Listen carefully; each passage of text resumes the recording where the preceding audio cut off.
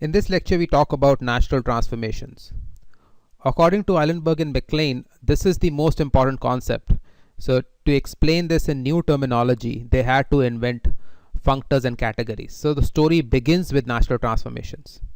So what is a natural transformation? So say you have two functors, f and g, which go from category C to category D.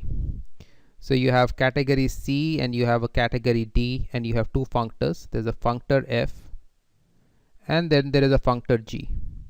So natural transformation will take functor f to functor g. And how does this work? So you start from category C and you end up in category D. So say you are in category C, you have this arrow. To this you apply a functor f, and obviously you land up in category D. So this is in category D. So you have f of x, f of y, then f of f. You can apply to this functor g also. Again you will land up in category D. The natural transformation links up every object. So it will link up f of x to g of x as eta x, f of y to g of y with eta y. Obviously if you have another object here, f of z to g of z, you will link it up with eta z. So this eta links up the different functors, but you have to define it object by object. So this square should commute. In fact, this will be a ladder because this will be x, y, z here, going into z here, going into z here. So a natural transformation eta from f to g, from one functor to another functor, associates to every object x in C a morphism, eta x from f of x to g of x. So this entire diagram, this entire commutative diagram, this lies in category D. So each of these eta x's are called component of eta at x, and such that for every morphism like this, you have a square which commutes. So for every morphism, you have a square which commutes. Now we want to form a functor category.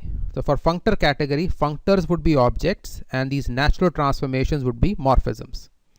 So let us try to do this. So say if you have two natural transformations, say eta and psi, you can compose them. Eta takes functor f to g, this psi takes g to h. Then you have a natural transformation from f to h. First apply eta and then you apply psi. And then you can also talk about it every object. The composition here will take f of x to h of x. Now composition is clearly associative, and you have to now define a unit for each functor, and the unit is just the identity natural transformation. So the unit is just identity natural transformation, just takes f to f. So instead of g here, you just have f. So just id natural transformation, but you have to define it on every object. So see, this natural transformations are defined on every object. So this is a ladder of diagrams. So if you say a natural transformation eta, you have to define it corresponding to every object in category C. So you have eta x, eta y, eta z, and so on, and connect the morphism. So it's more like a ladder diagram. So on an object x, you have to write it as 1 f of x. This is natural.